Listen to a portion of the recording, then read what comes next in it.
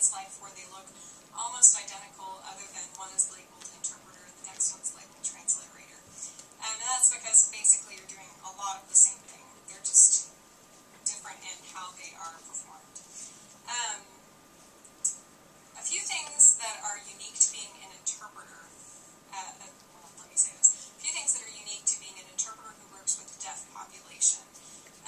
If I were a Spanish to English interpreter, there are certain things that I wouldn't have to do that I have to do as a sign language interpreter. For example, a Spanish to English or English to Spanish interpreter is not going to have to interpret any sounds.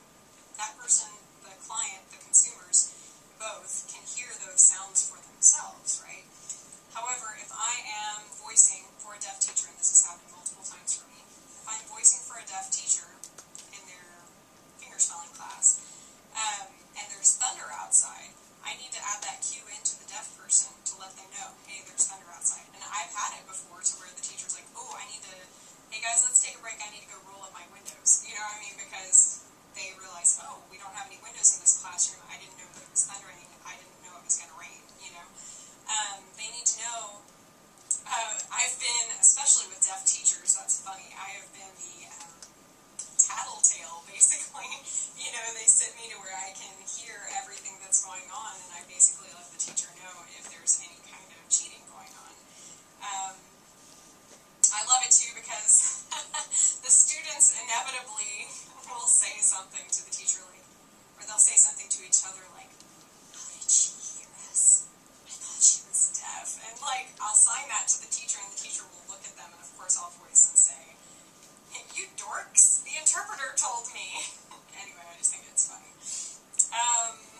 What else? Any kind of sound cues. I mean, if the AC is too loud, if the person has an accent, very often I try to let the person know, the deaf person know, if there's an accent of some sort. I thought it was kind of funny because anybody who goes to SciFair, you may have met Georges Detiveau.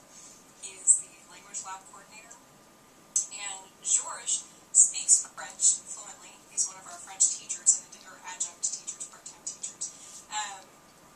But he's from Louisiana, and so he is an American, and he sounds like an American.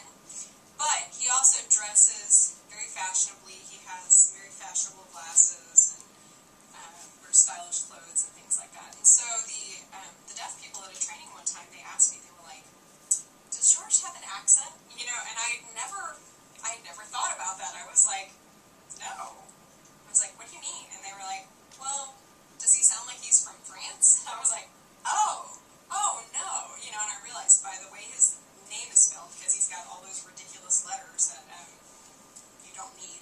And, no offense if anybody speaks French. And, you know, I mean, just the way he looks, and the fact that he is a French teacher, I had never considered that before, you know.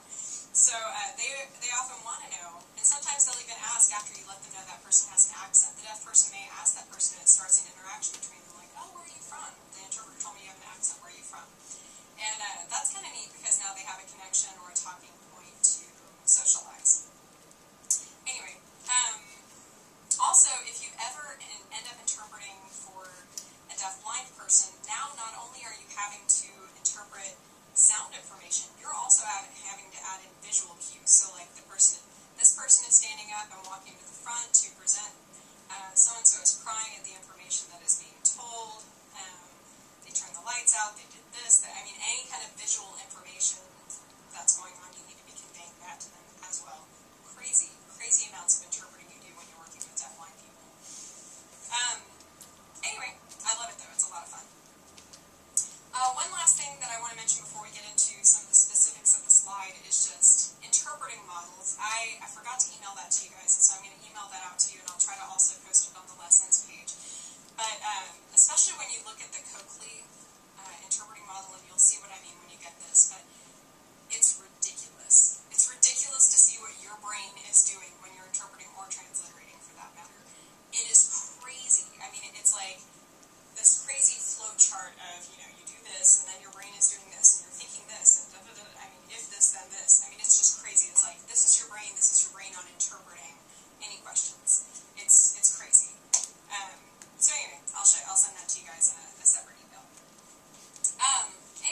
down to it though, being an interpreter, obviously as I mentioned in the last video, you have to be bilingual and bicultural. If you don't know both languages and both cultures, how can you possibly effectively interpret? You can't.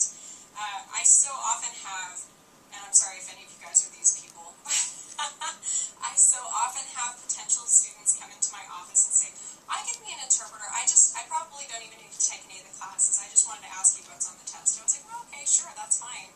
And I'm like, so you know sign language? Well, I know how to fingerspell some, and I know like the sign for cat and deaf, and I'm just thinking, oh my gosh. But my deaf friends understand me when I fingerspell to them, so I'm pretty sure that I'm a good interpreter. Okay, no. Let me be very clear. Your deaf friends are good interpreters. They are able to take your crap, okay, because that's what it is, alright? And they are able to interpret it for you, okay? That's what's happening. So often we, as sign language interpreters in particular, we think, oh, I'm better at signing than I am voicing. That's never going to be true. Never going to be true. And let me tell you why. I know you're going to disagree with me because I would have disagreed with me as a student. I would have disagreed with myself. Let me tell you why. You're always going to interpret better into your native language. So if my native language is English, I'm always going to interpret better into it. I'm always going to sound more grammatically correct. I'm going to, I hope my English is decent. I'm sorry if it sucks. Anyway, but in general, I should always interpret better into that. Now, the reason that we're not better interpreting into the target language of sign language, unless it's your native, some of you guys may be CODAs, and in that case that is your native language, but the reason that we're never going to be better at doing that is because we, again, are relying on the deaf person's ability to take what we've given them and to reinterpret it for us. I guarantee you that's happening. Guarantee you. If you ever watch videos, I highly suggest this, and I do this with my own students, I force them to do this in class, is to videotape yourself interpreting something, sign interpreting something, and then turn off the sound. And now you try to watch yourself. Don't fill in the gaps. I would do it, I would even watch it maybe a week after you had interpreted it or something like that, just to give your brain some time to forget the English, and try to see if what you're signing even makes sense. You know, I would, I hate watching videos of myself because of that. And so, anyway, just know that that's not usually the case. You're not usually going to be a better sign interpreter than you are a voice interpreter. Something else I was going to say about that. Oh, one example, and for you guys who speak Spanish, maybe you'll think this is funny. I went to a transition fair day a few semesters ago with some of my students for Sci-Fair ISD. It was a wonderful idea from the school district. They set up this fair for high schoolers and their parents, deaf high schoolers and their parents, to come to let the deaf high school parents, or the deaf high schoolers' parents, usually they were hearing parents, know what their rights were for their children, that they could have an interpreter, that they could get a video phone, that they could do all these things. Wonderful. And what some of their post-secondary opportunities were was great. But I was watching, they also had Spanish-speaking interpreters there, Spanish to English interpreters. And one of them, speaking of Spanish to understand, one of them, I saw her get stuck on a concept, and I was so excited because I was like, how is she going to handle this? How is she going to handle this? And so she was like, the word was sticker, and I could tell she was stuck, and she's like, sticker. She put an E in front of it, and that made it sticker. And I just thought it was so funny. If you say it with a Spanish accent, now it is a Spanish word.